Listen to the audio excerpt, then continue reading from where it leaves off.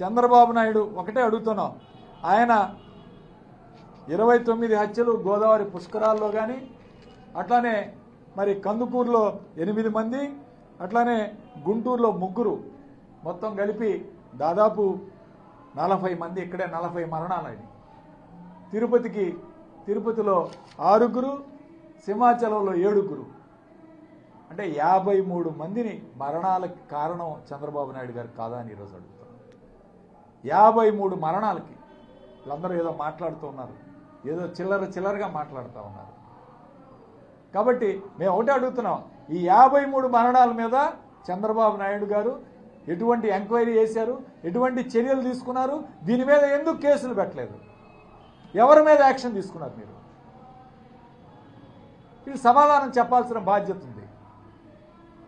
తప్పకుండా వీళ్ళ మీద చర్యలు తీసుకోండి. ఖచ్చితంగా మేము కూడా మాట్లాడతాం.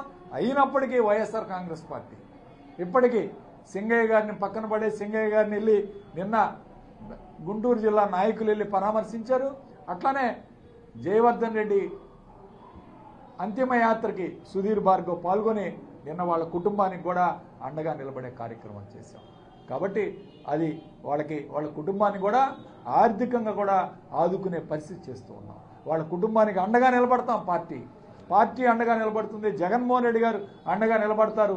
వాళ్ళ సింగయ్య కుటుంబాన్ని కూడా నిన్న పరామర్శించారు. ఖచ్చితంగా మేము ఒకటే చెప్తా ఉన్నాం, ఎవరైనా సరే వైఎస్ఆర్ కాంగ్రెస్ పార్టీ ఈ యొక్క పొరపాట్లు ఏమైనా ఉంటే వాటి వలన ఎవరైనా ఇదైతే ఇబ్బంది సరైనా సరే మేము వెళ్ళి వాళ్ళని ఆదుకునే పరిస్థితి చేస్తాం.